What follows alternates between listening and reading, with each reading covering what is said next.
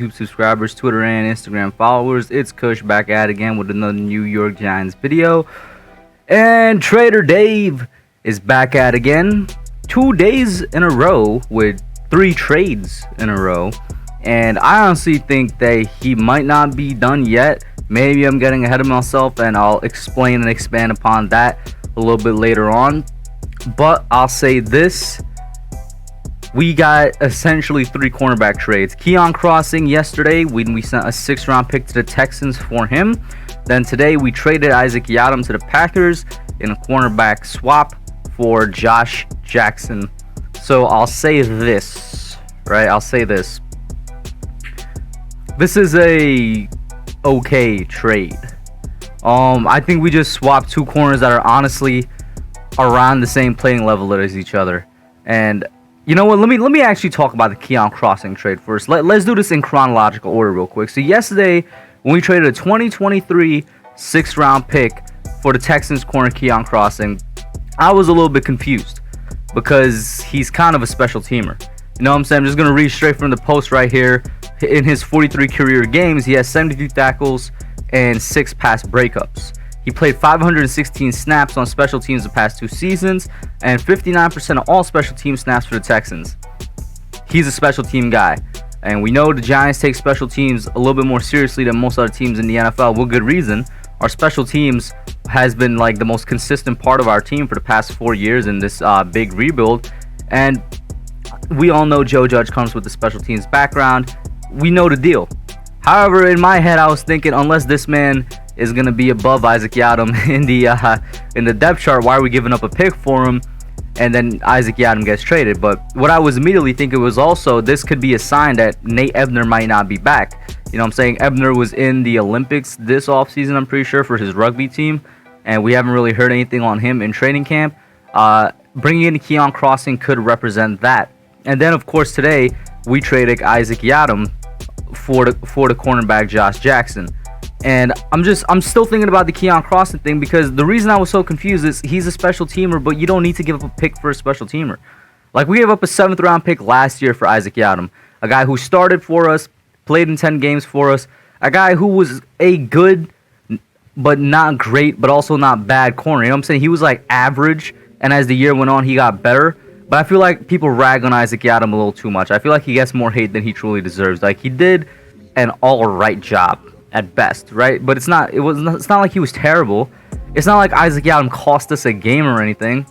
You know, we upgraded the position, and him as a depth corner, I've been on record saying Issac Yiadom as a backup corner is a good thing. He's going to be a great backup corner for us, you know, in a little bit of, you know, a couple rotations, just in case somebody goes out, God forbid, with an injury. He would be great and tremendous depth for our secondary, right? I've always said that, and I thought that trade with the Broncos was a win for us. You know what I'm saying? People say the Issac Yiadom experiment failed. I say it didn't necessarily fail, but it was a good experiment, right? I don't necessarily like giving up a 6th round pick, even if it's 2 years from now, for a guy that seems like he's going to play special teams.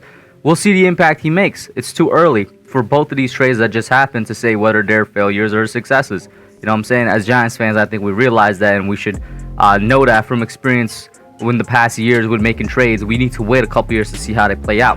So I'm going to wait and see how the Keon Crossing things plays out, but I'd be lying if I told y'all I was kind of optimistic on it. I mean, that 6th round pick could be somebody. You know what I mean? We got a Cam Brown in the 6th round, for example. And then now with this cornerback swap, because that's really what I'm viewing it as, Issac Yiadom and Josh Jackson, in my opinion, are kind of like on the same level of each other. Jackson was a 2nd round pick in 2018. Yiadom was a 3rd round pick. It was either 2018 or 2019 as well. But there's one thing to note here. Patrick Graham was on the defensive staff of Green Bay when Josh Jackson was drafted. I'm pretty sure he worked. He was either a line coach or a linebackers coach. I can't remember which one he was. I'm pretty sure he was a linebackers coach, because I remember when we got Blake, one of the reasons I was so high on Blake on the initial signing is because he had a good year on the gram. But he didn't work directly with the DBs, I can tell you that for sure. Although there is some familiarity there, you know what I'm saying? Obviously, there's some familiarity there. He worked with Josh Jackson in Jackson's rookie year. And we'll see. Maybe Graham did want Jackson a little bit. Maybe Graham sees him as a better player than Yiadom, or he sees him as having a higher ceiling or better potential than Yiadom. We'll see what the deal turns out to be. And to be fair, I could see if that's the case, if Patrick Graham believes that Josh Jackson has a higher ceiling, more potential than Issac Yiadom, I can see where he's coming from. Josh Jackson had a great start to his NFL career. He started all 16 games in his rookie year, and he ended up with 10 passes defended. That's a pretty good rookie year for a corner, but then since then, it's kind of been downhill. He's kind of disappeared. He's been battling his way onto the roster and battling for a roster spot, basically being a depth corner, not a starter in Green Bay ever since his rookie year. His career has kind of gone sideways. I mean, even before his rookie year, he was a standout in college at Iowa State. He was a guy that a lot of people thought might have gone in the first round. But once again, after that, he's kind of not shown anything. In 2020, he replaced Kevin King when Kevin King got injured and became a starter for the last 5 games. But he didn't do much, and by the end of the season, he was once again battling for a roster spot, and obviously, you know, was off Green Bay as he's now on the Giants. I'm not bashing him or anything, but I recognize that he has potential. I recognize the great start he had to his career. Since then, however, I'd say him and Yiadom have been kind of on the same level when it comes to a cornerback in the NFL. But honestly, as of right now, I'm just seeing this as like 2 players on the same level being swapped. That's honestly what I'm seeing it as. I hope it turns out better, obviously. I always want the Giants to have the better end of the trade. I think anybody for their team wants their team to come out on top. We'll see how it goes. But the reason I was saying at the beginning I don't think anything is over yet is because I feel like we still might make a couple of trades to free up cap space or to try and get a backup O-lineman. I mean, like, for example, I wouldn't be surprised if Keion Crossen, who we got yesterday, we pair him up with another person in our secondary, maybe Mondre Harper or something, and we send them to another team for a backup lineman. Initially, when the Issac Yiadom trade happened, and it was like a good 40 to 50 minutes before we got out with the compensation, I thought we were going to get backup O-lineman from Green Bay. They have a good amount of young guys over there, and Jake Hansen from Oregon, a center out of Oregon, who's somebody I wanted for the Giants last year. He played right next to Shane Lemieux, and well, the Giants took Lemieux instead of Hansen. They also got Cole Van Lanen out of he was out of the 2021 draft. The school he's out of is slipping me right now, but he was somebody that I wanted this year. He was a tackle, but I believe he could play tackle and guard. They also have Jake Bunyan, or is it Jake Bunyan or Jake Hunyan? One out of the 2. Correct me if I'm wrong. I'm gonna pop up their depth chart right now anyway. Another young guy, 6th round out of last year's draft. They have a couple of backup O-linemen that I thought initially were gonna be the compensation we got in return of Issac Yiadom.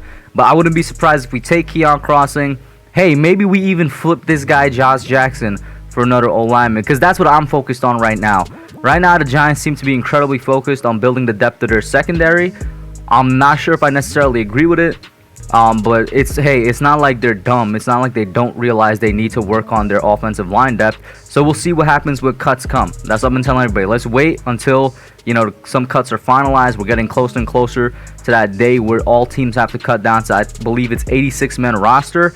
And there's going to be better O-linemen available once teams cut out and cut some players. And we're going to find somebody on the waiver wire. Or we cut some players, we make cap space, and then we trade some to get somebody that's maybe worth a little bit more. We'll see how that goes. But for now, you guys put your thoughts down below and let me know what you think about the whole cornerback trades right now. I really don't think Dave Gettleman is done, because I have a feeling that Keion Crossen might be traded again. Maybe I'm wrong. It's just a hunch, because I really don't see why we would give up a 6th round pick for essentially a special teams cornerback, right? I could be completely wrong. I hope I'm not, because if we could flip this man for a backup O-lineman, I'd be super happy. But you guys put your thoughts down below. Let me know what you think. Like, share, subscribe, and I'm out. Thanks for watching. Don't forget to like, comment, subscribe, and share. I'll catch y'all in the next one.